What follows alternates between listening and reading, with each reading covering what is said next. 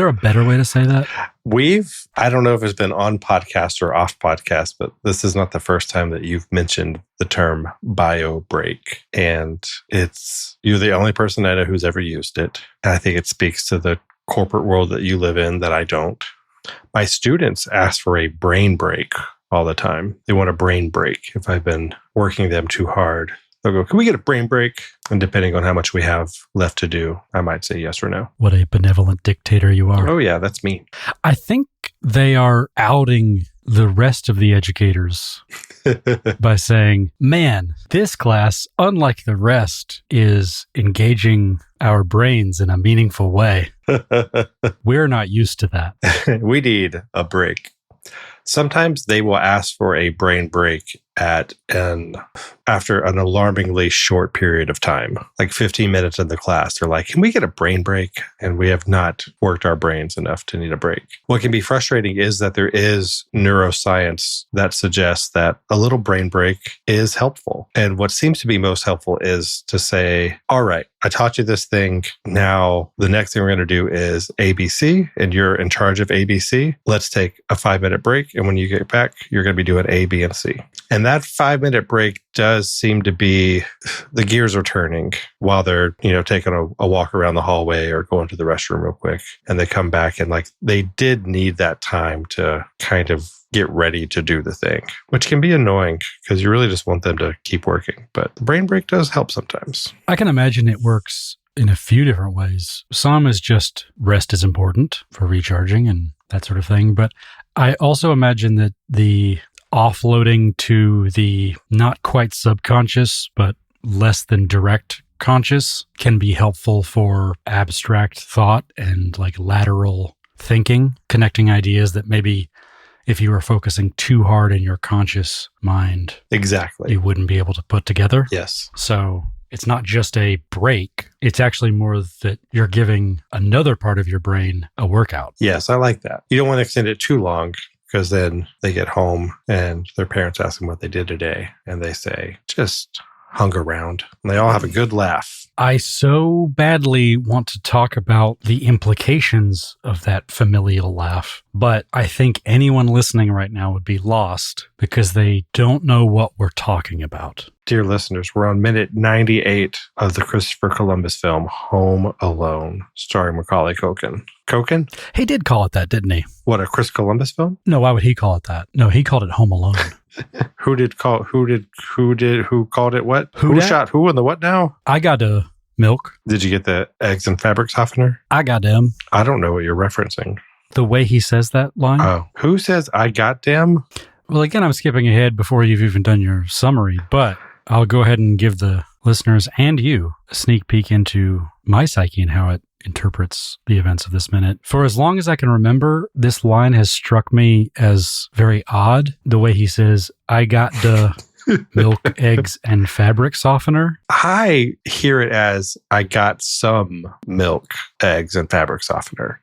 I hear some. I think the reason it has stuck with me is because it's probably a flub adjacent take, but was the one that they kept. And as a child, that concept wasn't something I could intuit, right? Like as a child, I'm kind of buying into this universe. Even if I kind of know it's fictional, I'm not really thinking about takes and delivering the line again or correctly, at least consciously. Mm-hmm. So when he says this in a strange way, I hear it as saying it in a strange way, not messing up, but they kept it. I didn't hear it as an oversight in the way that it probably is. No kidding. Yeah, so it's stuck with me for what a funny guy. For decades, actually. Talk about things that stick with you. Man. I think that this thing's jam-packed. 98. Holy cow.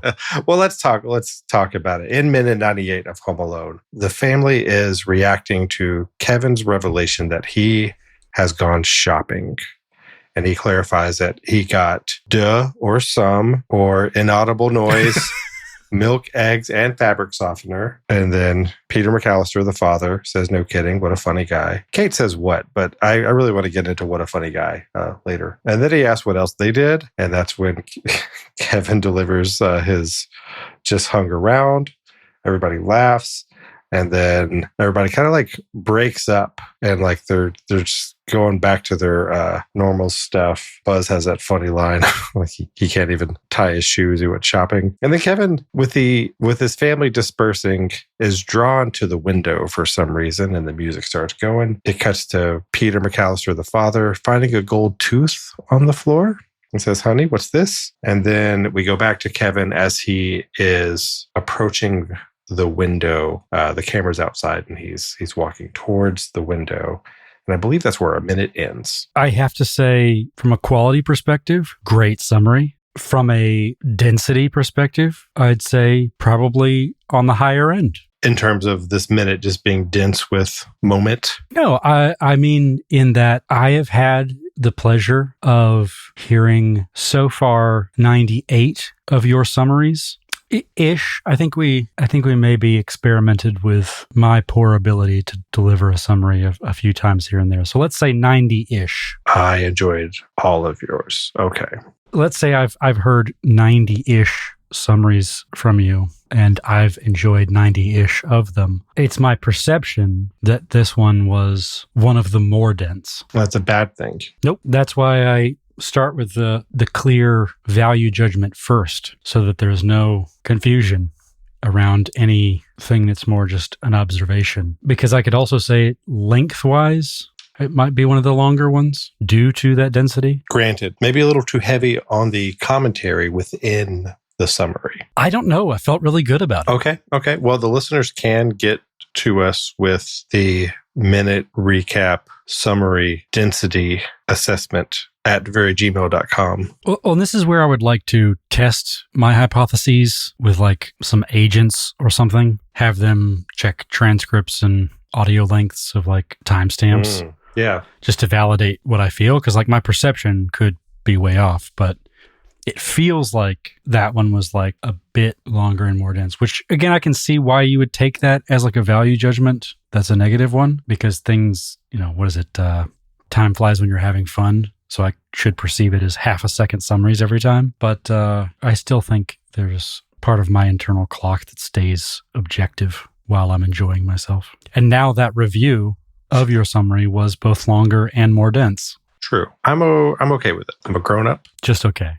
How can we get you to grade? In the words of Dr. Worm, I can handle criticism. Did you know he's not a real doctor? He is a real worm. Oh, that makes up for it. Maybe one of my favorite songs. Lyrics are just cheeky enough. Great horn section. Mm-hmm. Rhythmically interesting, but not so chaotic that it's uncomfortable. Yeah, I like that one. At what age would your family be surprised to hear that you went shopping by yourself? 37.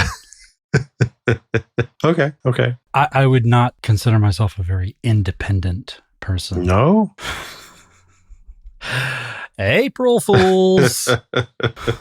Weren't you like living on your own at 12? Like, didn't you have a mortgage at 13? That's kind of why I'm deflecting a little bit here, because I'm actually the wrong person to ask this to. You are an outlier in the like I've head out on my own-ness scale. Yeah, I would say that. And you had a mortgage before you had any high school credits, I think. And not because you weren't passing classes, just you. Right. Yeah, it's just an order of operations thing. It's not a... Like some people get married and wait a really long time to have a kid. Like you bought a house and then joined the junior beta club. You formed an LLC and then got your learner's permit. Yeah. So like a jaunt down to the store, pick up a few things and bring them back to the house. For you, that's unremarkable at 8 years old, 10 years old? I think so. I'll also say that where I grew up, sidewalks weren't a thing. Yeah, we didn't live in a walkable, there's not like a corner store. Specifically, not to like out my parents' address, but there's a supermarket, we'll say, that came in that still wasn't exactly walkable because it was like, a couple miles down in a road that's just like a ditch and no sidewalk. So it still was kind of shifty as like a teen when it came in. I know your supermarket. It came in when I was where your parents live. Teen. Yeah, that's not a Kevin walking down to the store trip. Yeah, so like when that came in when I was 12, 13, I started going, but it was dicey. Yeah, it's a harrowing journey. A lot of honks from concerned adults going, Yes. hey, get out of here. Get a car. You're like, well, it's either this or the ditch. But yeah, I can imagine if there were sidewalks and we lived in the village. I think it became kind of normal for my friends and I to walk down to like the corner store gas station for some candy, an icy or whatever, around, I want to say like 11 or 12. That feels right. Similarly, no sidewalks. So it's us tromping through the woods if we're taking the back way or going down, through some dangerous Paulding County ditch roads. Yep. To get to Grands or scooters or police, wherever we're headed. But yeah, like 11 or 12. So Kevin at 8 and being the helpless kid that he was, I think these reactions from his family are pretty justified. Yeah, because he skews helpless. He skews helpless. Which reads young. Well, and I like that because we talked about it a little last week, but this is they're reacting to old Kevin. We've got transformed Kevin here. Not to be confused with the way he skewed in age, which was baby Kevin. So when you say old Kevin, not as an age, but the age of the entity and version of Kevin that they knew. I can imagine everyone listening here was like, you old Kevin? You mean like when he was older? And that's not how time works, listeners. No. I did have to try to explain how time works to my daughter earlier today. When she was older? She asked me what time it was, and I told her that it was 6:47 or whatever it was. And she goes, why? And I wasn't quite sure where to go with How that. honest were you? I don't know if I gave her a satisfying answer. Sometimes I'll say something and she will go, oh. And then most of the time it's just another why. So however I've explained this very abstract concept to her, it's not good enough. What do you tell a kid? Like, it's just where we are in the day. I think the O like that follows something that has a strong sense of finality in the tone. Yeah, because oftentimes I'll hear the O and I'm pretty sure she can't like explain it back to me. No, it's just that she's recognized that was like the last piece for you. Because if you respond to that why with, oh, well, we arbitrarily divide up the day so that we can keep track of our productivity. That sounds like a question almost. Yeah. So it's probably going to get a follow-up why. Whereas if you ask that question and you are a very outspoken progressive father and you say, it's because of late stage capitalism. She'll be like, oh. Mm-hmm. Now, no more why. If he asked my 4-year-old to explain late stage capitalism, she's good. Got all sorts of charts and graphs and opinions. She's on quite a few newsletters. I was about to say that's a podcast I'd listen to. Yeah, my daughter explains. Why hasn't she guested? By the way, I think sometimes she stumbles in, right? Mostly she hasn't guessed because has she ever made the edit? It is currently 11:30 p.m. my time, and we've got her on that late stage capitalism sleep schedule. Classic big ag, just doing what it big does. Big sun bossing Raised us around. With the chickens, why don't you? Oh, you like to be awake when the sun's out. Okay, sheep. What a slave to your biology you are. You were going to talk about the silent squeak of mom's what paired with the more interesting, no kidding, what a funny guy. Is What a Funny Guy one of yours and mine, most quoted lines of this movie? Has to be. It's up there, top 5. It's the Dr. Worm of lines. I'll take that. It fits. It's a little silly, but it's also great. What a funny guy. It does so much in this moment. Peter McAllister, the father, really does need a moment with his kid here because it's all been Kate Kevin. I maybe I've said it before, I'm a little disappointed that Home Alone 2 isn't more about Kevin and his dad. That's what I really wanted from Home Alone 2, and it's not there. Like they toy with it for a second, and it's just doesn't happen. Well, it's because he followed the wrong dad in the airport. Yeah, I think that he made that decision for us. I think that we're getting a whole movie ahead of ourselves. How many minutes away is that? We're still even like, in a gray area about getting to Home Alone 2 Lost in New York, but I got some. Is that what he's calling I it? got some things to say. I have ideas. I have thoughts. But what a funny guy is Peter and Kevin's moment. And it's a very dad-son moment. And it's also it like lets him off the hook. A worse movie has Kevin saying something like, yeah, I did a lot of growing up over the past couple of days. Different now. And like there's some sort of weird callback to some sort of like lesson that Peter or Kate gave him, I don't know. Like what a funny guy, just kind of, I don't know, it's the pressure valve. Like it just kind of lets everything out and we're cool. What a funny guy. For those who are not fathers, maybe not yet fathers, maybe never will be fathers, particularly fathers to sons, I'll fill you in on what happens the moment you become that. A grill and a case of Fresca land on your front door, and you start saying, what a funny guy. And a pair of New Balances, right? What a funny guy.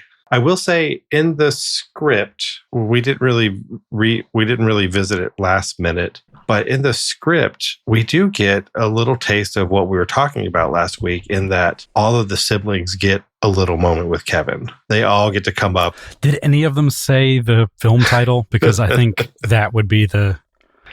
How'd you do? Just Home slop Alone. you were talking about. I don't have it pulled up. Let's see if I can remember them off the top of my head. Jeff says something along the lines of, hey, you didn't miss anything. All the movies were in French. All the TV shows were in French. Lenny gets like I was the only one who actually missed you kind of line. Which admittedly is a good bookend given the way she's introduced. Well, and there are deleted scenes where Lenny is shown to be the most concerned about Kevin outside of Kate. Like she's the one who can't sleep because she's worried about how Kevin is and stuff like that.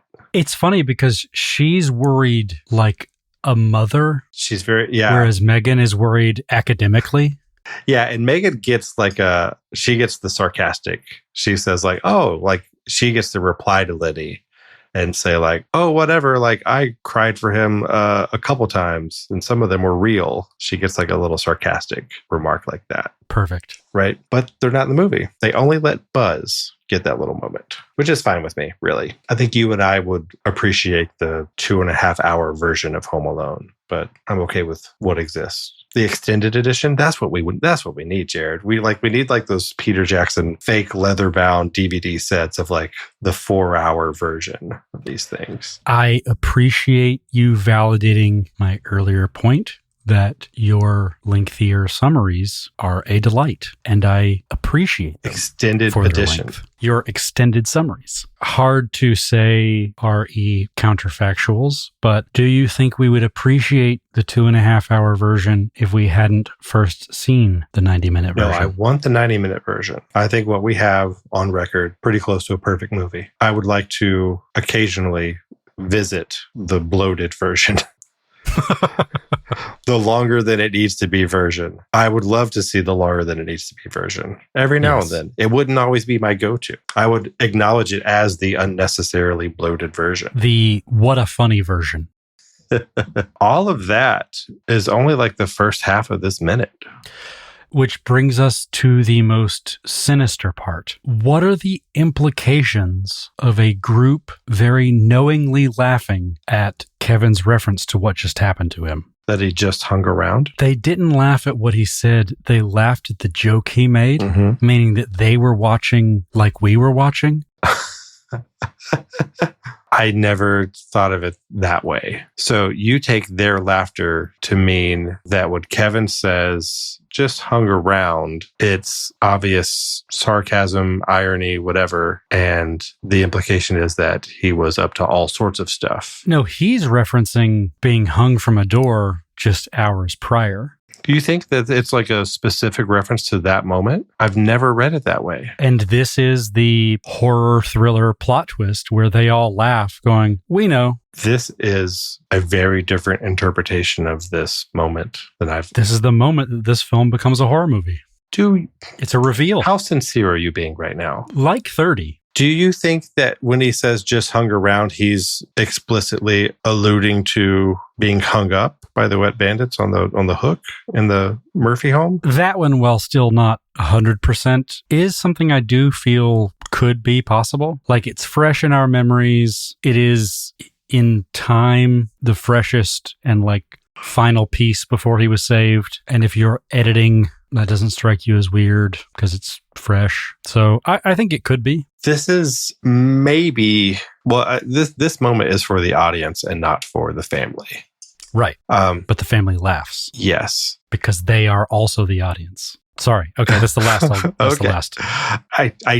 I don't read it that way. But the movie's doing us the favor of Kevin not recounting everything that just happened to his family, because that would be redundant. I just got to think that any 8-year-old who just went through what he went through and his family walks through the door would be like, when asked, what else did you do while we were away, would say, well, have a seat. Let me tell you about these burglars and this scary old man. And did you know that we could sled down the stairs? Here, I'll show you. I'm never eating ice cream again. Which is one of, it's fine. I accept it. But it is one of like the weird things of Home Alone 2, with like of all that time, Kevin chose to never discuss with anyone what happened to him that night. I know we've gone back and forth on this, but is it that he never discussed it, or that there are certain elements that we think might be integral that he does not? That him protecting his home from burglars is not worth discussing? I think there's a lot of assumptions made around how his family handles things. Okay. Fair. Is this a hushed tone family, or is this a kill it with laughter family? Like, right. How do they communicate internally? Like, yeah, we don't talk about our weird Uncle Walter, and we don't talk about the wet bandits. Right. The next little beat of Peter McAllister, the father, finding the gold tooth does suggest that like this will be a lingering mystery. They're not going to know why there's a gold tooth there forever. I think both things can be true. Like, we're playing a parallel universe game where if the film ends right here, which it nearly does, there are universes where they do what every 8-year-old would do and eventually recounts this, maybe with the help of a therapist. But there's also a universe where the last thing he says about it is hung around. Mm-hmm. And I think we're allowed to enjoy both. It's less sensible, but more entertaining and better than a line like, I'll tell you all about it over breakfast. Or, I'll let you know, but first, presents. And then like they fade to black or freeze frame as a high five in the air. That would be more sensible for him to go like, hey, do I have a story for you? But it's just not as good of a movie. Cheers to those who are playing along. But one of the reasons why this is so good is this is one of those times where it's pushing on the cartoon limit. The cheeky, witty line from the 8-year-old. Yeah, it's the most 80s sitcom moment of the movie. Right. No one his age, his temperament, his anything would ever say that or leave it at that. Right. But it feels just real enough for us to go with it. There's also the interpretation that I think you have talked about, which is that this is Kevin's perception of the events. Because the movie's from his point of view, we're getting a warped version of what's going down. This is what he would say in this moment, given several years and shower thoughts, where he goes, you know what I would have said? That I just hung around. Do you get a little out of sorts when Kevin does that little squint and the music starts queuing up and getting a little louder, and he starts walking? It cuts to like a reverse, and we get that really deep focus shot of the Christmas room with the window in the distance. And Kevin is walking towards it. And then the next shot is the gold tooth on the ground. Yes. And then a hand comes down and grabs it. And for just a moment, the way that this is cut together, the logic of it, like just makes it seem like that's Kevin. And as soon as you see how big that hand is, and then you see that it's Peter, like you get that it's Peter, but just the language of the cuts, you've got Kevin walking towards something, and then it cuts to a close-up shot of the floor, which could be the floor he's on. It's just a little jarring every time I watch it. I know whose hand it is. I know who's picking up the gold tooth, but every time I see it, I'm like, ugh. Yeah, because they've cut away from him sufficiently long enough that you can't see his eyes. Mm-hmm. And in the shot of the tooth, you can't see whoever's eyes or eye line. So I can absolutely see how it could read that way. To me, the cut right before that is like the wildest one. The cut from like Kevin squinting to the reverse of him walking towards the window. Yes. Like if I could give you the, not just like director's commentary, but like my internal monologue to that, it's, oh, he's squinting. He sees something. What does he see? It must be very close and obvious. Yes. Yeah. What does he see? I have no idea. Because there's no way Yeah. he's able to see anything. He is so far away from the window that he could possibly be seeing something through. Right. Like, what? The spirit of Christmas is drawing him to that window. He doesn't know why, but he feels like there's maybe some unfinished business lurking be on the other side of those panes. As a person who lives in his head, I don't know what you mean. Kevin is acting on intuition, not his senses. Say more. He doesn't see and anything. What is that? He doesn't hear anything. And you know what? Actually, maybe he does hear something. We don't hear anything, but maybe he does. Maybe his senses are cluing him in, maybe even imperceptibly. Is it possible, Jerod, that Kevin has maybe just heard a car door close in his neighbor's driveway, and that doesn't alarm him or anything, but it's just enough to remind him that there's other people in the world, and actually he had a really good talk with one of those other people in the world just the previous night, and maybe he's supposed to go check out the window. So he's like, that can't be Old Man Marley because his license was suspended. Right, which we see in the extended edition, the scene of Right. Old Man Marley at the DMV pleading his case and still getting denied by an inept bureaucrat, which this movie is just silly with. In my top 10 moments from the What a Funny version. Okay, yeah, I can't like viscerally understand that, but I think I understand what you're saying. So like in this moment, he tastes something or something. Yeah, there's Christmas magic in the air. He's tasting Christmas. He's tasting Christmas. And that taste seems to be coming from the window. Right. So you get it. You have feelings after all. This smell could be Christmas. It's family reunification. Can I ask you for a treat? Mm-hmm. Is Peter's mouth movement in the script? No. While I was nearly certain of that, I would have been really disappointed if he didn't do that. And that was just stage direction. It wasn't a choice of the actor. It was just him obeying the commands of John Hughes.